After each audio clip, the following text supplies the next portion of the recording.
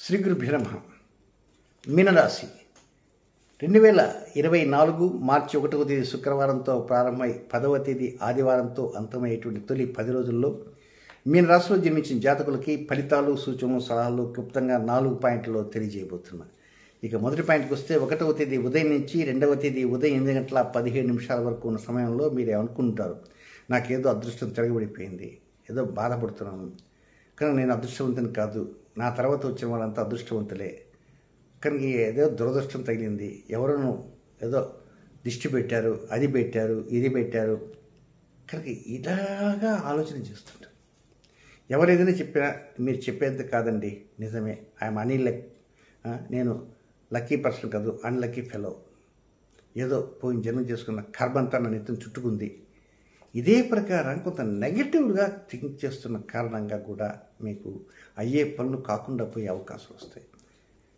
మీరు ఎంతమంది ఏం చెప్పినా కూడా నేను అదృష్టవంతుని కాదు, దురదృష్టం వెంటాడుతుంది, నాదేదో సోమర్థనం వచ్చింది, ఒక డిప్రెషన్లోకి వెళ్ళేటువంటి అవకాశాలు అంటూ ఉంటుంటాయి. ఇది మొదటి పాయింట్. ఇక రెండవ పాయింట్, 2వ తేదీ ఉదయం 8 గంటల 15 నిమిషాలతో ప్రారంభమై 6వ తేదీ రాత్రి 8 గంటల 25 నిమిషాలతో, ఇది ఉన్న ఫలంగా మొదటి పాయింట్లో దురదృష్టవంతున్నటువంటి వ్యక్తి 2 రోజుల తర్వాత, ఏమండి మీరు దురదృష్టవంతుని మనం చెప్పి ఏదో లేదు, ఆ రోజు బాధ కుద్దన్నానండి, నేను ఎందుకు దురదృష్టవంతను, నేను అందరికంటే లక్కీ పర్సన్ నేనేనండి, ప్లేటు మారిపోతుంది. కనుక విన్నవారు ఫూడ్స్ అయిపోతారు. కనుక మీరు ఏం మాట్లాడతారో మొదటి దానికి తర్వాత దానికి సహస్రం తేడా ఉంటుంది. లైఫ్ అడ్మినిస్ట్రేషన్ అనుకూలంగా తిరగబడుతుంది, లబ్ధి బాగా ఉంటుంది, ఉద్యోగంలో కావచ్చు, వ్యాపారంలో కావచ్చు, ప్రమోషన్ విషయంలో కావచ్చు, ట్రాన్స్ఫర్స్ విషయంలో కావచ్చు, ఆరోగ్య విషయంలో కావచ్చు, సంతాన విషయాల్లో కావచ్చు, లేక అప్పు విషయంలో కావచ్చు, ఏదైనా ఒక దానికోసంగా ప్రయత్నం చేస్తుంటారా, ఏంటి అది స్పిరిచువల్ సంబంధమైనా కావచ్చు, ఏదైనా మీ ప్రయత్నాలు గండి పడకుండా ఏదో ప్రకారంగా అవి కొంత వైభవం చేకూరేలా పరిస్థితులన్నీ కలిసి వస్తాయని చెప్పడంలో సందేహం ఎంత మాత్రం లేదు. నెక్స్ట్ 3వ పాయింట్కి వచ్చి 4వ తేదీ సాయంత్రం 6 గంటల 21 నిమిషంతో ప్రారంభమై 6వ తేదీ రాత్రి 8 గంటల 28 నిమిషాల వరకు ఉన్న సమయం అంతా కూడా ఇది ఎలా ఉంటుంది అంటే, ఇది కొంచెం ఖర్చుగా ఉంటుంది. షేర్ మార్కెట్ జోలికి వెళ్ళకూడదు, కొంచెం పరిస్థితులు తారుమారయ్యే అవకాశాలు వస్తాయి. కనుక అనాలోచిత నిర్ణయాలు ఎక్కువగా ఉంటాయి. ఒక్కోసారి మీరు చేసే పని సడన్గా బ్రేక్ పడిన కారణంగా నష్టం వచ్చే అవకాశాలు ఉంటాయి. లేదా ఒకదానికోసం రిజర్వేషన్ చేసుకున్నారనుకోండి, అది సమయానికి ఫ్లైటే ఉంది, ఆ ఫ్లైట్ క్యాన్సిల్ అయితే సరే డబ్బులు ఇస్తారనుకోండి, కనుక అయితే ఆ సమయానికి పోలేకపోతారు కనుక ఆ వెళ్ళవలసిన కార్యక్రమం ఒక విధంగా వాయిదా పడింది కనుక దానివల్ల కూడా మీకు సమస్యలు అనేవి వస్తుంటాయి, అంటే నష్టపోయేటువంటి అవకాశాలు ఉంటాయి.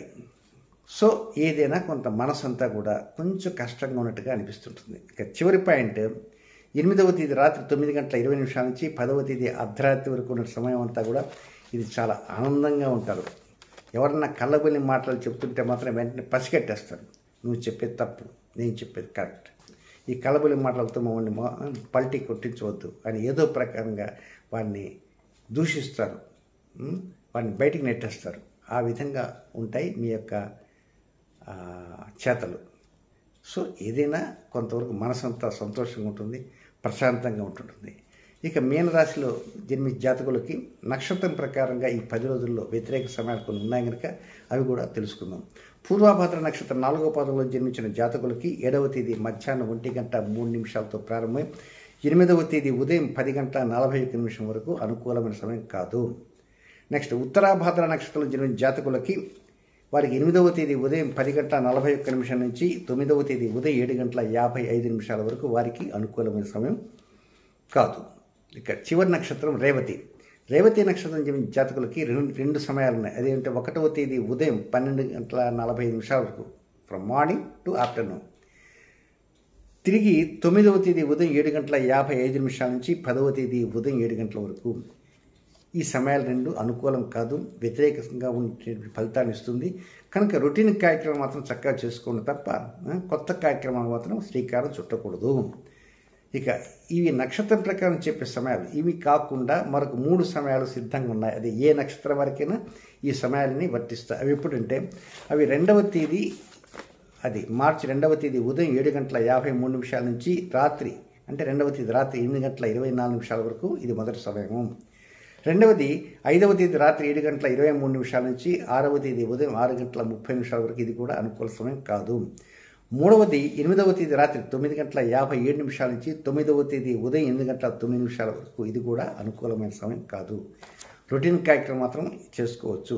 ఏది ఏమైనప్పటికీ కూడా 6, 7, 8, 6 సరే, అది రాత్రి నుంచి స్టార్ట్ అవుతుంది కనుక అది 3వ పాయింట్ కనుక 7, 8 ఈ 2 రోజుల్లో కూడా కొంత నిరుత్సాహం ఎక్కువగా ఉండే అవకాశం ఉంది. డబ్బు అనవసరంగా ఖర్చు పెట్టే అవకాశాలు కూడా ఉంటాయి.